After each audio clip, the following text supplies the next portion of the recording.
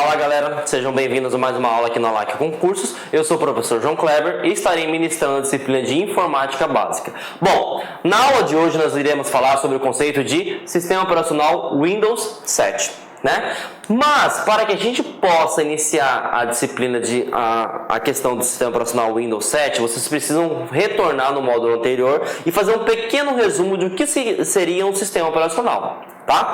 Bom, professor João Kleber, então o que seria um sistema operacional? O sistema operacional, galera, nada mais é do que uma coleção de programas que trabalham para gerenciar o hardware, gerenciar os aplicativos e fazer a interação entre o homem e máquina. Então são três funções. Quais são as funções? Ele gerencia todo o hardware, nós vimos que seria hardware, que seria toda a parte física, ele gerencia o software, que seria toda a parte lógica, e ele faz a interação entre o homem e o computador. Um exemplo bem prático aqui. Vamos supor, né, que vocês estão aqui desse lado e vocês querem abrir o Facebook, né? Como que funcionaria esse processo? Bom, eu quero abrir o Facebook. Vocês entendem a linguagem através de interface gráfica, né? Só que o computador, ele não entende a interface gráfica, né? Que vamos chamar de IG. Ele entende binário, né? O que é binário? É 0 e 1. Ah, professor, então quer dizer que o Facebook é 0 e 1 para o computador? Sim. O Hotmail é 0 e 1? Sim. Tudo e qualquer tipo de ação computacional, o computador só entende 0 e 1. Então, o que o sistema operacional faz? Bom, eu quero abrir o Face, certo? O sistema operacional vai pegar essa solicitação que você fez, né? E ele vai transformar na informação que o computador entende. E o computador ele vai processar e executar. Uma vez que ele processou e executou, abriu o Facebook para você, ele retorna. Só que quando ele retorna, ele está retornando através de binário. Só que lembrando, o ser humano não entende binário. Então o que o sistema operacional vai ter que fazer, galera? Ele vai ter que transformar o binário em interface gráfica. Então o sistema operacional, ele faz essas trocas de informações, interface gráfica para binário, binário para interface gráfica, a todo santo momento. Então o sistema operacional é importante, ele é o sistema base, é o sistema principal. Sem ele não funcionam os outros aplicativos. Além de gerenciar toda a parte física e toda a parte lógica do sistema. Beleza? Entendemos o funcionamento de um sistema operacional. Agora a gente vai entender a estrutura de um sistema operacional, galera. Bom, a estrutura de um sistema operacional, vocês precisam decorar duas coisas, tá? Quais são essas duas coisas que a gente precisa decorar, professor? O sistema operacional, ele é constituído por um núcleo, né? Ah, mas o que seria o núcleo? Núcleo nada mais é do que o centro de todas as operações do sistema operacional. É por onde passa todas as instruções, né? É como se fosse um gerente. É ele que gerencia todas as instruções que estão sendo executadas pelo computador. Beleza? Ah, tranquilo. O que seria então a outra composição do sistema operacional? O sistema operacional ele é composto também, ele é auxiliado, na verdade, por um interpretador de comandos, conhecido como Shell. Professor, o que é esse interpretador de comandos? É um sisteminha, né? É uma função do sistema operacional que permite verificar o que o usuário quer e passar para o centro de operações, que é conhecido como núcleo kernel. Então, é ele que faz a interação entre homem e máquina. Essa interação entre homem e máquina é feita dessa forma. Esse gráfico representa bem o que eu estou querendo dizer para vocês, tá? Aqui está vocês, usuário, certo? O usuário ele vai solicitar abrir o Facebook. Só que vai chegar no aplicativo, que é o Shell, né, que é o interpretador de comandos, e ele vai verificar. O aluno tal está querendo abrir o Facebook, então manda a solicitação para o kernel, que é onde é o centro de todas as operações. O kernel vai executar e vai passar para os hardwares. Os hardwares vai mostrar para vocês e vai retornar essa informação para o usuário. Certo? Então é assim que funciona a estrutura de um sistema operacional. Você solicita, essa informação chega no Shell, o Shell distribui para o kernel vai verificar o que você quer e vai executar e vai te retornar. Beleza? Bom, agora você precisa entender que nós temos dois tipos de Shell, tá? Ah, professor, como assim dois tipos de Shell? Para que você consiga compreender, nós vamos ter que voltar um pouquinho na história, tá? por que nós vamos ter que voltar um pouquinho na história, galera? Quando o sistema operacional foi criado, só existia uma forma de você trabalhar com ele, que é através do shell textual. Ah, professor João Kleber, o que seria esse shell textual? Não existia mouse, galera, era apenas teclado. E as pessoas que trabalhavam com o sistema operacional teriam que dominar todas as linhas de comando. Então era essa tela preta aqui, né? Essa tela preta, por exemplo, se nós estamos falando de Microsoft, a gente chama de MS-DOS, né? Então toda e qualquer operação, desde você abrir um navegador, desde você criar uma pasta, excluir uma pasta, alterar o nome de um arquivo, era tudo através do teclado, não tinha interação através do mouse. Então isso, poucas pessoas tinham conhecimento. Consequentemente, na década de 90, quando começou a disseminar a computação, mudaram-se o sistema e aí começou um novo tipo de shell. E o que é esse shell? Esse shell é o shell gráfico, né? Ah, professor, o que é um shell gráfico? Qual que é a diferença que existe entre o shell gráfico para o shell de prompt de comando? O shell gráfico, galera, ele permite a interação do mouse, ele permite você trabalhar com ícones e ele permite você trabalhar dessa forma, com a representação gráfica. Então nós não temos mais a tela preta, nós temos algo mais dinâmico, mais interativo, mais atraente. Então essa é a diferença, beleza? Do shell textual para o shell gráfico. Uma coisa importante: nós vamos iniciar a aula de hoje sobre o Windows 7. O Windows 7 é um sistema operacional que permite trabalhar tanto via prompt de comando, tanto via shell gráfico. Tanto é que essa tela aqui é do MS-DOS, né? E essa tela aqui é a tela do Windows 7 via interface gráfica, que é através do Win, né?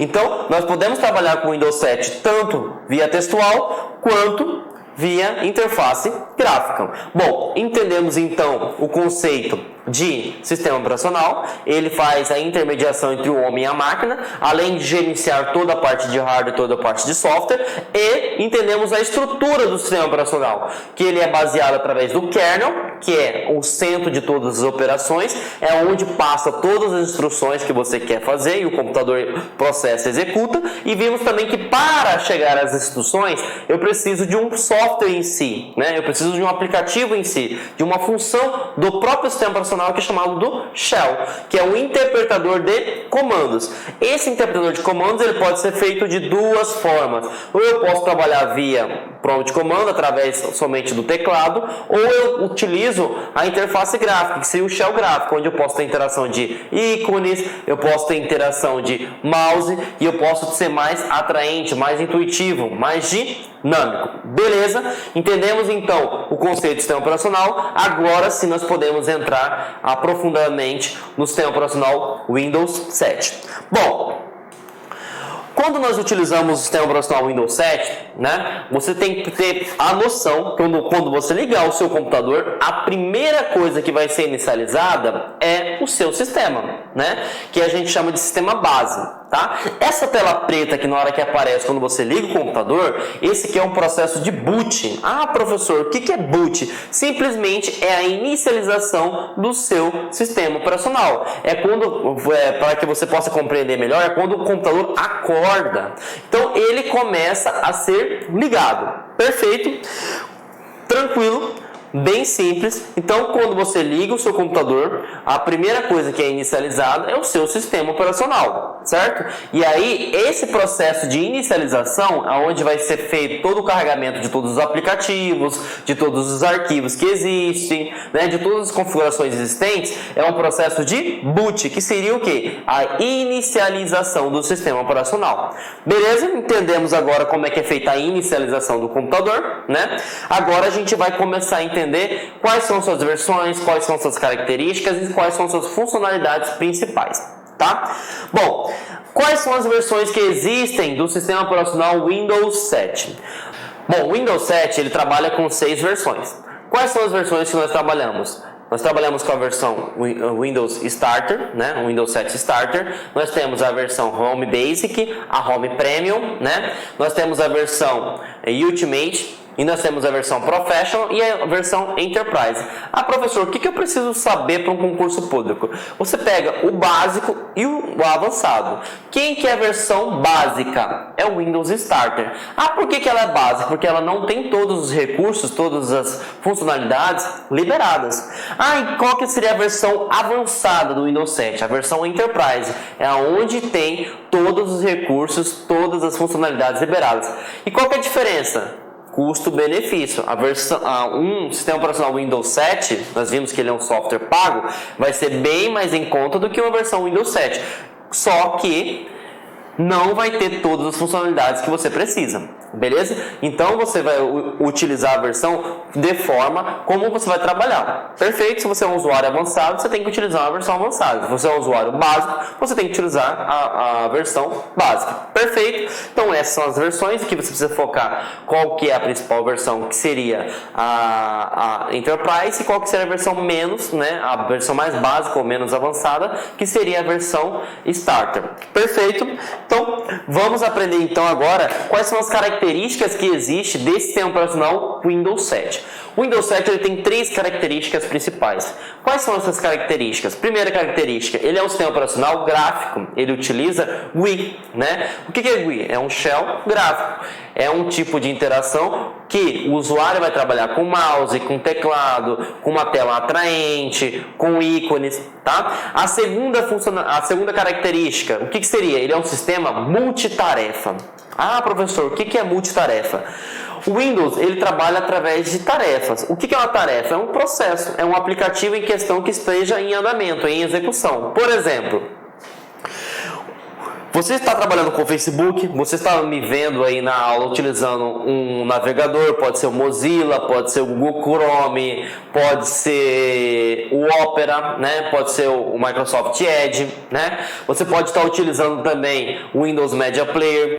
Você pode estar utilizando o Skype, o Google Maps, enfim, vários aplicativos. Multitarefa, multi vem de muito, tarefa, então você vai estar trabalhando com muitas tarefas ao mesmo tempo. Isso que é um sistema operacional multitarefa, tá? Uma coisa importante, quando nós trabalhamos com shell textual, que seria sistemas anteriores, ele é monotarefa. O que é monotarefa? Só permite uma tarefa por vez. Então, por exemplo, se você está verificando uma edição de texto, por exemplo, você não pode abrir um outro aplicativo, porque é monotarefa. A multitarefa não, você pode trabalhar com um editor de texto, você pode abrir um arquivo PDF, você pode abrir um Excel, você pode abrir o Internet Explorer, você pode fazer o que você quiser, beleza? Então, multitarefa são várias tarefas sendo executadas ao mesmo tempo, mono apenas um. E o sistema operacional Windows 7, ele é multitarefa.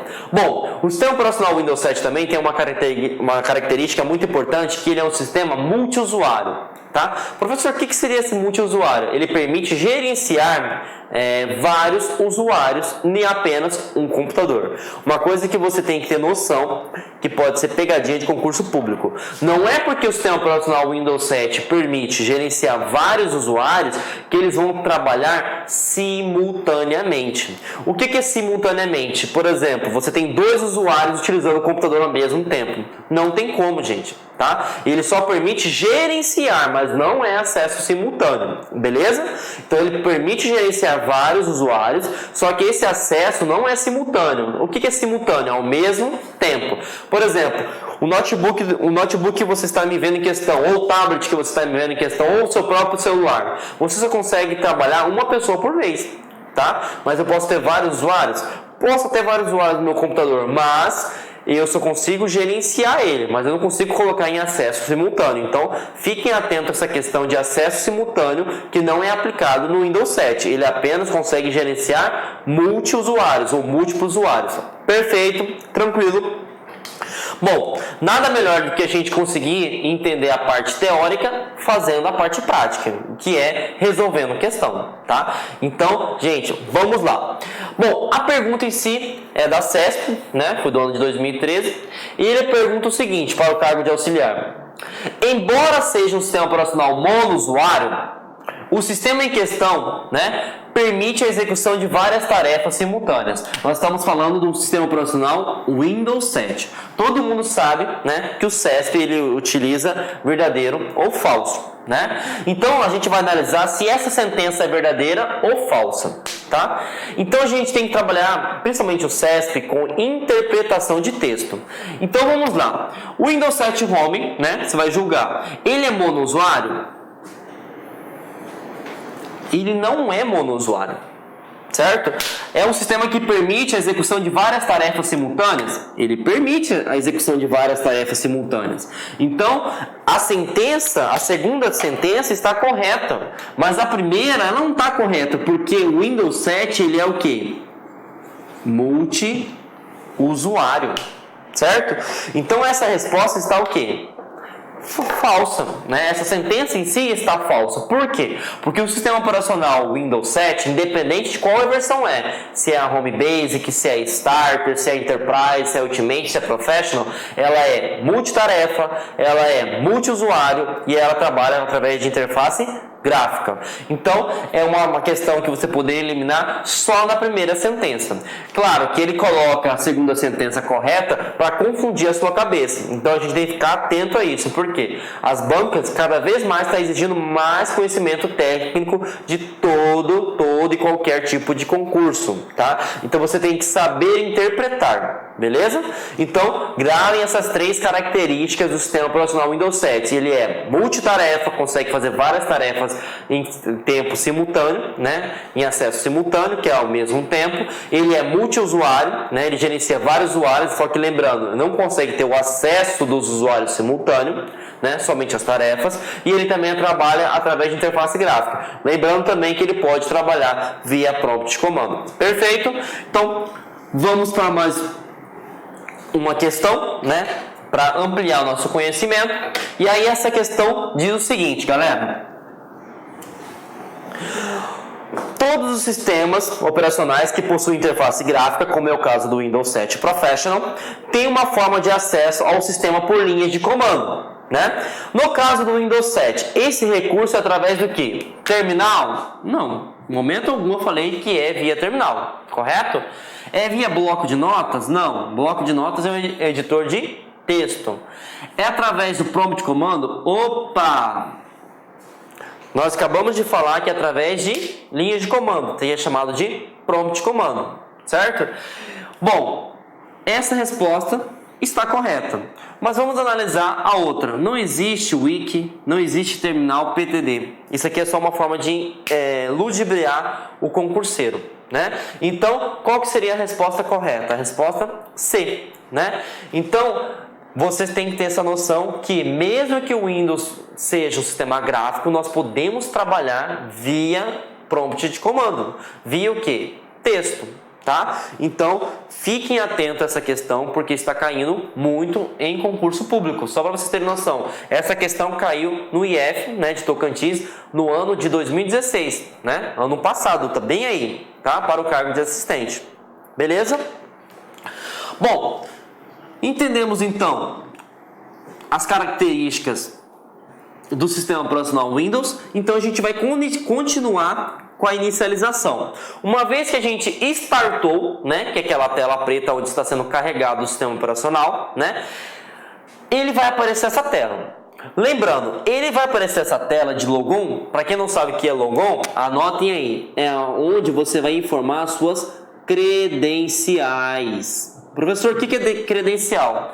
Você vai colocar um nome de usuário, né? E se esse usuário tiver a senha, você vai ter que inserir a senha. Então, logon, a tela de logon, ele vai te perguntar qual usuário que você queira conectar na máquina, né? E aí, se a sua senha estiver correta, você vai conseguir abrir a sua conta em si, tá? Uma coisa importante, nem todos os computadores, né? Ele tem usuários cadastrados, então ele vai ligar o computador e não vai aparecer essa tela vai automaticamente parar de trabalho. Então esse computador em si, né, ele tem usuário, porque ele está perguntando. E existem 2 formas de você colocar também, tá? Ou deixar pré-definido a forma de como que você quer que o usuário inicie. Então nós temos essa forma e essa forma. Tá, beleza? Então, vamos lá. Vimos que login seria as credenciais, né? E aí, o que seria credencial? É uma conta de usuário cadastrada nesse computador que permite ele acessar. Para que você entenda a tela de login, você precisa entender que é uma conta de usuário.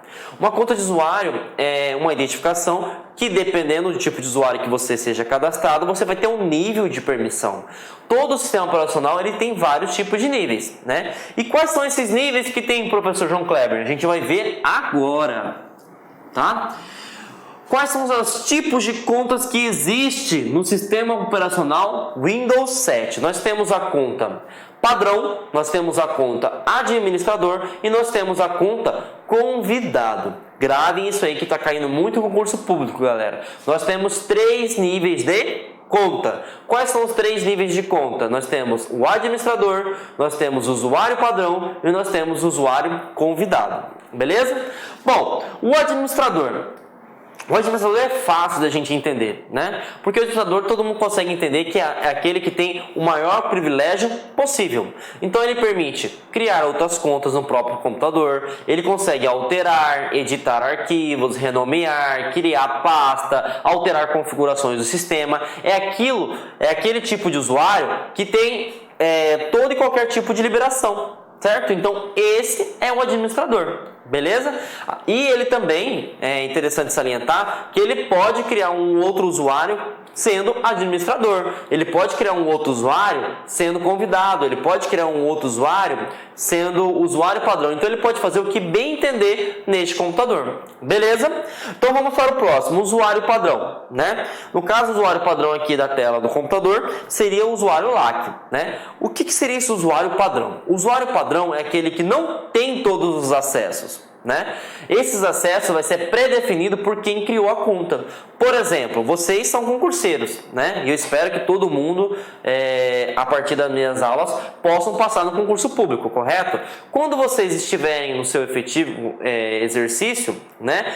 Vocês não vão ter acesso a tudo no serviço de vocês, né? No órgão que vocês estiverem alocados. Vocês vão ter o quê? Limites. Então, o que seria esse usuário padrão? É um usuário que vai ser determinado dependendo do administrador do sistema. Então, por exemplo, o usuário ele não tem acesso a excluir pastas que não seja que ele criou. O usuário não permite que ele altere as configurações do sistema, né? Usuários podem executar arquivos, aplicativos, mas não podem instalar novos aplicativos. Então, é aquele usuário que tem limites, né? Então, o usuário padrão é aquele usuário que vai depender das configurações estabelecidas pelo administrador. Então, é ele que vai impor, você vai fazer isso, isso, isso, isso. Porque quando a gente vai passar no concurso público, a gente não vai fazer, eu quero fazer o que bem entender no meu órgão público. Não, você vai fazer o que você vai ser mandado, o que aquilo é pré-definido para o teu cargo. Então, isso que seria o usuário padrão. Beleza, galera?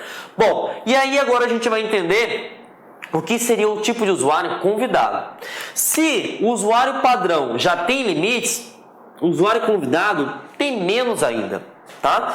Professor João Kleber, se o usuário padrão já tem bastante limite, para que eu vou ter um usuário convidado? Bom, para que você consiga compreender sobre o usuário convidado, eu vou dar um exemplo bem prático. Alguém já foi em alguma loja de eletrônico, de algum estabelecimento que esteja vendendo computador e a pessoa queria ver como que funciona esse computador, qual que é a velocidade, qual que é o sistema operacional em si. Agora, imagine quantas pessoas, galera, que utilizam ou passam nessa mesma loja. Agora pense, se para cada usuário você tivesse que criar um usuário, isso seria o quê? Humanamente impossível, né? Se a gente pegar, por exemplo, Americanas da vida, quantos usuários não passam na Americanas? Você vai ter que cadastrar usuário por usuário que acessa a loja. Então o que acontece? O usuário convidado é aquela conta temporária, só para a pessoa ter noção do que está fazendo. Nós podemos também colocar para sistemas que tenham tour ou para conhecer como que funciona o aplicativo da empresa em si. Então a gente cria uma conta que é chamado de quê? De convidado, que é uma conta temporária, onde que ela tem muito limite. né? Muito mais limites que a convidado, que é simplesmente para você conhecer o sistema. Você não vai conseguir trabalhar com o sistema em si, diferente da padrão. Você consegue trabalhar desde das funções que foram pré-determinadas para você. Beleza? Então a gente viu os 3 conceitos de conta de usuário. As contas de administrador, onde tem tudo liberado, né? Nós vimos as contas de administrador, né? Vimos as contas de convidado e vimos as contas de usuário padrão. Administrador, padrão e convidado. Essa hierarquia de permissões de um sistema operacional. Beleza? Bom, galera, nada melhor do que a gente aliar a teoria com a prática do que resolvendo a questão, né? Então vamos falar. Aqui essa questão caiu em 2016, né? Foi a FGV foi a banca realizadora e ela está cobrando o seguinte: em relação aos diferentes tipos de perfis de usuários ou tipos de conta que o sistema operacional Windows 7 admite, é correto afirmar que uma conta local com o perfil padrão, e aí a gente vai analisar as alternativas, altere a sua própria senha e a senha de outro usuário? Vamos lá. Uma senha padrão permite você alterar a sua própria senha? Sim. Agora, ela não permite que você altere a senha de outro usuário. Então essa aqui você já pode eliminar. Beleza? Vamos lá. Instale um novo software sem a permissão do administrador do sistema. Aqui, automaticamente você já pode excluir. Como que você vai instalar um sistema se o administrador, o cara que gerencia o computador, não permite? Então você já pode eliminar. Crie somente contas do sistema com o mesmo perfil padrão. Primeiro, que quando você tem o usuário padrão, você nem permite criar uma nova conta, tá? Então, vamos eliminar essa aqui. Renomeie um arquivo criado por ele. Por ele quem? Pelo usuário padrão. Bom, se eu criei um arquivo, eu posso renomear. Se eu criei um arquivo, eu posso alterá-lo. Se eu criei um arquivo, eu posso excluir. Então essa, até o momento, está correta. Vamos verificar se a última está mais correta. Tenha total controle sobre o computador. Quem tem total controle sobre o computador, gente, não é o usuário padrão, é o usuário administrador. Então, qual seria a resposta correta? D, né? Então, essa aqui tá bem tranquila de ser resolvida, tá? Tem uma questão que pode gerar uma certa dúvida em vocês? Tem, que é a questão A.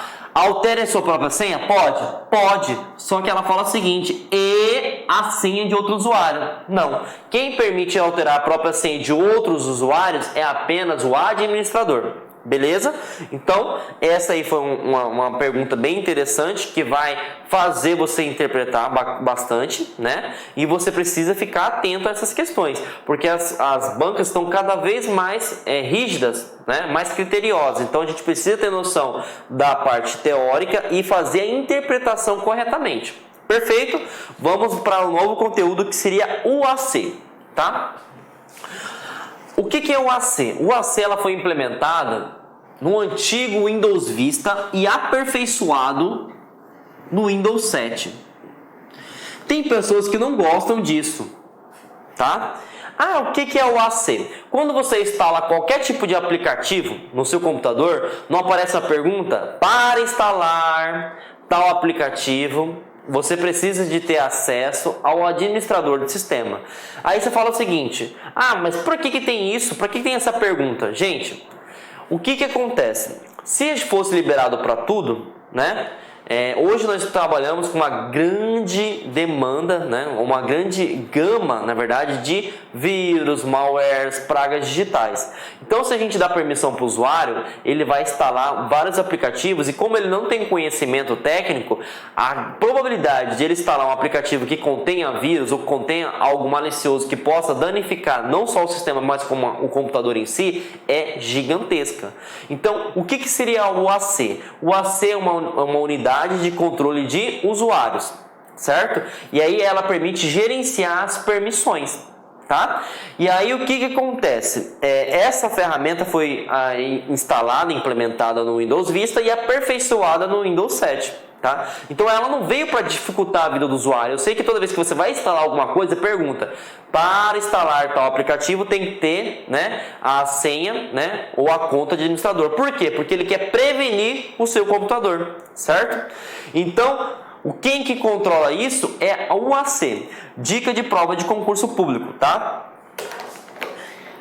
Agora, eles estão sendo cada vez mais exigentes, né? E aí, pode cair em alguma questão de prova o seguinte: esses ícones, professor vai cair esse ícone, vai cair esse ícone, tá? Só que tem um macete bem tranquilo para você entender. Isso aqui é o AC trabalhando. Por exemplo, aqui, né, eu estou instalando o aplicativo Nero, né? Para quem não sabe, o aplicativo Nero é de gravação de CD, DVD, vídeos, etc, né? E aqui eu estou instalando um update de uma atualização de segurança do Windows, certo? O Windows ele é um sistema tão inteligente, que quando ele sabe que o sistema é válido pela própria Microsoft, o ícone da instalação da UAC fica com essa bandeirinha aqui, azul e meio laranjada, tá? Quando ele desconhece a fonte do aplicativo em si, aparece esse ícone e azulzinho com sinal de interrogação. Então o que acontece? Pode perguntar o seguinte: através da tela da UAC, né, que é a unidade de controle de usuários, né? O ícone representado pela bandeirinha azul e amarela simboliza o quê? Né? Simboliza que o Windows consegue reconhecer que essa aqui é uma fonte confiável. Então esse aplicativo tem confiabilidade. Agora, se aparece com esse sinalzinho de exclamação, significa que ele não conhece e reconhecer quem que foi que fabricou esse software. Então ele não é confiável. E aí ele passa, né, caso você instale esse aplicativo e venha a danificar o seu sistema operacional ou venha danificar o seu computador, a responsabilidade é tua. Por quê? Porque a OAC falou: ó, esse aqui não é um aplicativo confiável. Você vai instalar porque você quer. Então ele transfere a responsabilidade para você instalar ou não. Então fiquem atentos aí que eles podem cobrar isso na prova, né? Porque eles estão cada vez mais criteriosos. Se tiver essa bandeirinha azulzinha e meio laranjadinha, meio amarela, significa que o Windows conhece a fonte. Então ele é um aplicativo que confiável. Se tiver com essa interrogação, o Windows não conhece a fonte, tá? Claro que vai existir vários aplicativos, né, que o Windows não vai colocar como reconhece, né? Só que ele é confiável. Só que ele repassa para você usuário, a responsabilidade se acontecer algum dano, você seja responsável. Beleza? Tranquilo? Então, nada melhor que a gente entender um conteúdo do que respondendo questão, né? E aí essa questão aconteceu no IF do Amapá, né? Para o cargo de técnico em laboratório do ano de 2016. E ele pergunta o seguinte, galera: o Windows 7 possui um recurso que visa medir que programas potencialmente perigosos façam alterações no computador, notificando o usuário quando essas alterações exigirem permissão do administrador, né? Assinale a alternativa que apresenta este recurso. Então ele está perguntando o seguinte: para que você não altere as permissões de forma errada, existe um setor que vai controlar as permissões do usuário, né? E ele pergunta: quem é essa seção, esse departamento que permite controlar as permissões do usuário para instalação de aplicativos? Então vamos lá. Nós vimos que quem faz o controle de usuários é a central de segurança. Não é a central de segurança. Nós vimos que quem faz o controle da controle de usuários é o controle de conta de usuário, também conhecido como AC. Verdadeiro? Verdadeiro. Quem faz o controle de permissões que você instala ou não aplicativos no computador, né, e ele identifica se é confiável ou não, é a UAC. Então, automaticamente a gente não precisa ver outra, porque não existe gravador de passos, não existe reprodução automática e não existe gerenciamento de hardware. Tá? Porque nós estamos falando de instalação de aplicativo. E aqui está a resposta correta. Beleza? Essa foi uma resposta bem tranquila, que caiu em 2016, então a gente tem que ficar atento nessa questão aí. Tranquilo? Bom, vocês já aprenderam sobre o usuário, seguindo o funcionamento do computador, né? Vai aparecer a tela de logon, você vai inserir a conta de usuário. A conta de usuário pode ter três tipos de de acesso, que é o acesso de administrador, nós podemos ter o acesso usuário padrão ou nós podemos ter acesso convidado. Uma vez que você inseriu o tipo de conta correto e a sua senha correta, vai aparecer essa tela bonita. O que é essa tela bonita? Essa tela bonita aqui é a área de trabalho, também chamado de desktop. É onde inicializa o seu sistema operacional, é onde está startado, está o que? Inicializado. Então aqui você pode fazer o que você bem entender do seu sistema operacional, beleza? Então, uma vez que apareceu essa tela, significa que o seu computador foi ligado, foi inicializado corretamente, tá? E essa tela se chama como? Desktop ou a área de trabalho, beleza? Bom, e aí na área de trabalho, né? Nós vamos ter algumas coisas importantes, né? Nela vão ser exibidas janelas, ícones, menus e caixas de diálogo, tá? O que são os elementos para a área de trabalho? Nós temos os ícones, nós temos as barras de tarefas, nós temos o botão iniciar e nós temos o Gauge Get, que nós vamos ver agora o que seria cada um desses elementos, tá? Bom, o que seria um ícone, gente? O ícone simplesmente ele tem uma função de atalho. É isso que você precisa entender num concurso público. O que é um ícone na área de trabalho? Ele é um atalho para um aplicativo, para um arquivo, para algum trabalho que você queira fazer rapidamente, tá? Ele é simbolizado via gráfico, né? E dessa forma, por exemplo, aqui nós temos um atalho da lixeira, do painel de controle, um atalho para computador e para rede. Então ele é simbolizado através de gráfico. Quando você clica aqui, ele gera um atalho, tá? O que eu preciso saber para um concurso público? O ícone tem a função de atalho, ele vai antecipar alguma coisa, seja para abrir um arquivo, um aplicativo e etc. Beleza? Bom, barras de tarefas. Tá? Barra de tarefas fica localizado na parte inferior do seu computador. É uma barra horizontal, né? Conforme a gente está vendo aqui, né? E nela se encontra o botão iniciar. Tá? O que é esse botão iniciar? O botão iniciar é o botão principal do Windows. Tá? É nele que vai conter todos os aplicativos e todas as operações que você pode fazer com o seu sistema operacional. Tá? O botão iniciar, gente, é o botão onde você vai abrir todos os aplicativos e todas as funcionalidades e configurações que tem no seu sistema operacional Windows 7. Tá? Você pode com o mouse clicar nesse ícone ou você pode utilizar no teclado do seu computador o WinKey. O que é o WinKey? É só você olhar, se não me engano, dependendo da fabricante, o segundo ou o terceiro tecla, contando a parte inferior, né, do lado esquerdo do seu teclado. Você clica nele e automaticamente vai abrir a tela para vocês. Beleza? Então, e aí permite você abrir essas operações que a gente vai entender cada uma delas. Bom, quando você clicou nessa parte, você vai ver que o seu menu iniciar é dividido nessa parte branca, nessa parte mais escura, certo? O que seria essa parte mais clara? Essa parte mais clara vai estar todos os aplicativos instalados no seu computador e todos os documentos que você abre com certa frequência. Então vai estar aparecendo aqui para você. E o que seria nessa parte escura? Nessa parte escura, gente, vai aparecer todas as funcionalidades, né? Ou todas as opções, né, que você permite alterar. Então você pode ir na pasta documentos, ir na pasta imagens, ir na pasta música, jogos, computador, painel de controle, dispositivos, impressoras, programas de padrão e ajuda e suporte. Então aqui vai ter todos os aplicativos e arquivos e aqui vai ser todas as funcionalidades e todas as opções que você pode navegar. Perfeito? Então isso é importantíssimo pra gente aí, tá?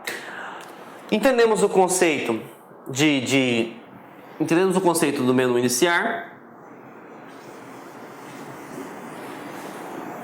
E agora a gente vai entender o último conceito de trabalho, né, do Windows, que seria os gadgets, né? O que seria um gadget? O gadget é algo opcional. Então, por exemplo, quando você instala o sistema operacional Windows 7, ele não vem.